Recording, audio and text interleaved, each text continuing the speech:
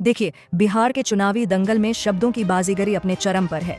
मुजफ्फरपुर की एक चुनावी सभा में प्रधानमंत्री मोदी जी ने विपक्ष पर जो दुखड़ा सुनाया है वह सुनने लायक है। ऐसा लगता है जैसे देश के सर्वोच्च पद पर बैठे हमारे प्रधानमंत्री जी को अपनी विनम्र शुरुआत का बार बार जिक्र करने का कोई जन्मसिद्ध अधिकार मिल गया है। उन्होंने राहुल गांधी और तेजस्वी यादव पर गाली गलौज की बौछार करने का आरोप लगाया। जाहिर है, विशेषाधिकार प्राप्त घरानों में पैदा हुए ये युवराज भला एक चाय बेचने वाले की सफलता कैसे पचा सकते हैं। पीएम साहब का कहना है कि ये लोग दलितों और पिछड़ों को गाली देना अपना जन्मसिद्ध अधिकार मानते हैं। अब सवाल यह है कि पीएम पर व्यक्तिगत हमला करने में दलितों और पिछड़ों को गाली देने का एंगल कहां से आ गया, ये तो प्रधानमंत्री जी ही जाने। शायद उनकी विनम्र पृष्ठभूमि अब उनका राजनीतिक हथियार बन चुकी है, जिसका इस्तेमाल वो हर मौके पर कुशलता से करते हैं। और हाँ, छठ पूजा पर हुई कथित टिप्पणी का मामला तो और भी दिलचस्प है। विपक्षी नेताओं ने छठ को नाटक बताया या नहीं, यह तो स्पष्ट नहीं है, लेकिन पीएम मोदी ने इस मौके को बिहार की आस्था का अपमान बताने में देर नहीं लगाई। जहां मोदी जी छठ को यूनेस्को की विरासत बनाने की बात कर रहे हैं, वहीं विपक्ष उनके अनुसार इसे नौटंकी कहकर बिहार की सदियों पुरानी आस्था का अपमान कर रहा है।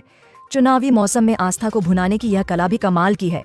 फिर आया करप्शन के युवराज वाला सदाबहार डायलॉग।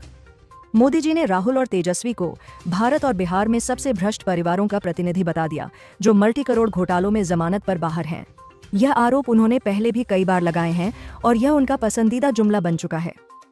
सबसे मजेदार बात तो यह है कि यह पूरा भाषण एक दिन पहले राहुल गांधी की उस मासूम टिप्पणी का जवाब था, जिसमें उन्होंने कहा था कि मोदी जी वोट के लिए नाच भी सकते हैं।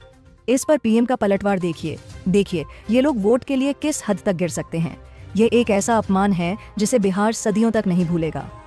अरे भाई, नाचने की बात पर इतना बड़ा अपमान क्यों? क्या प्रधानमंत्री पद पर बैठे व्यक्ति के लिए नाचना इतना बड़ा गुनाह है कि पूरा बिहार सदियों तक इसे नहीं भूलेगा?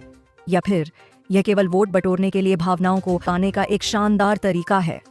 अंत में उन्होंने राजद और कांग्रेस को जंगल राज की 5 पहचानों कट्टा, क्रूरता, कटुता, कुशासन और भ्रष्टाचार का प्रतिनिधि बताया।